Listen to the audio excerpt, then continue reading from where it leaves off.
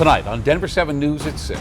We've got a problem, and the reintroduction of school resource officers is not going to resolve those issues. We're going 360, looking at all angles of Denver Public Schools' plan to bring back school resource officers. With just days before the start of the school year, questions linger about their role and the reach of their responsibilities. I'm really torn on it. I think that they can be a great resource if it's done correctly. A closer look at the training for SROs. 40 hours of training, that's a week. 40 hours is not a lot. As parents express some serious concerns. Good evening and thanks for joining us. I'm Ann Trujillo. And I'm Shannon Ogden. Denver 7's Russell Haythorne digging deeper into the district's plan ahead of the first day of school on Monday. I just hear gunshots and I just see people moving really fast. When she told me she was in a closet, I was like, this is real. Those two victims are faculty members there at East High School. Children are still afraid to go to school. This is not acceptable. Safety is not negotiable. We're exhausted. We're so exhausted about this, all this. It's so unfair. This is just too much. We're just kind of numb to it at this point.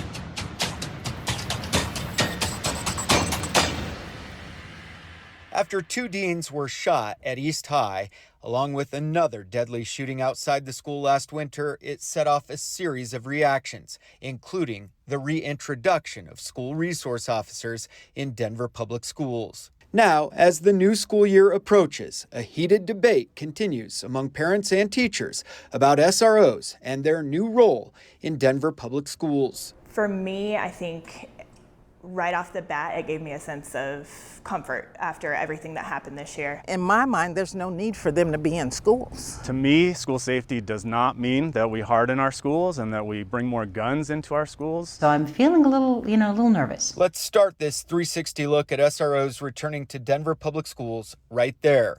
No matter where parents have landed on this issue, few are completely comfortable with armed SROs. I don't care what anybody says, that's a trigger for anybody. That's a trigger for me.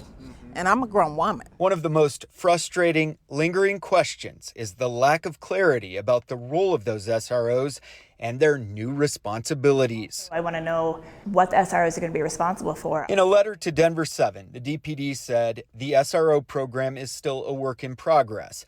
This is the list of schools that will be assigned SROs this school year. East will have 2 because of its size. SROs will take 40 hours of basic training, which the DPD says satisfies Colorado requirements.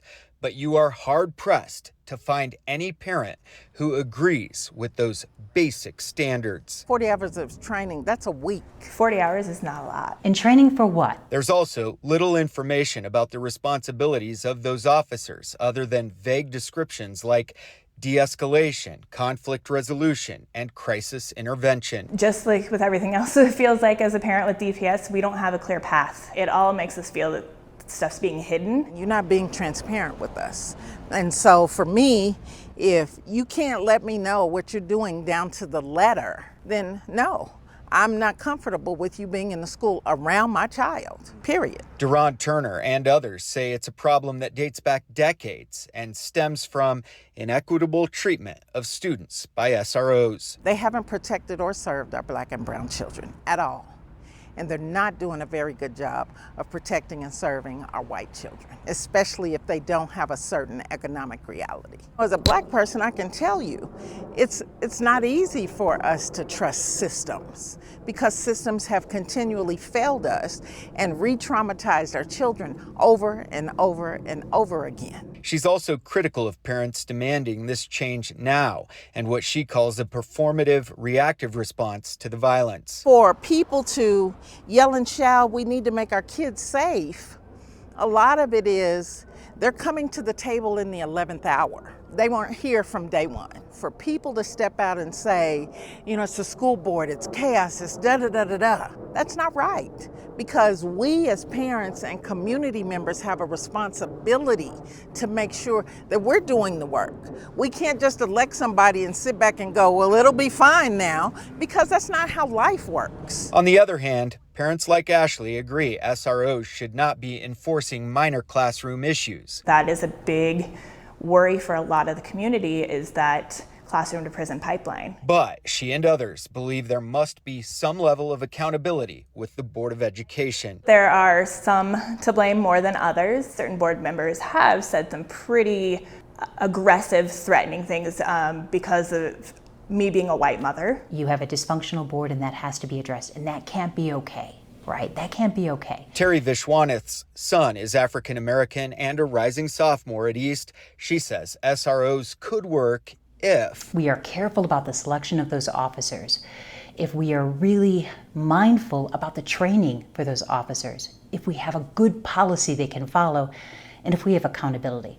And we don't have any of those. More guns make us less safe, not more safe. Andy Sentz is a DPS parent and an Aurora Public Schools teacher. My perception as a white teacher is that I think that our SROs work hard to build relationships with our kids. Ultimately, what matters is who is having contact with the SROs in a negative and disciplinary way. The statistics are abysmal in how they have not served our Black and brown students. And that's perhaps where there's so much anxiety and uncertainty, because historically, the interaction between SROs and students of color has not been positive. We should be learning and just learning how to grow up. We shouldn't have to do this. And the lack of clarity around the role of SROs in DPS is murky at best. There's been no clarity in anything from the district, from the police department. I don't even know if the school knows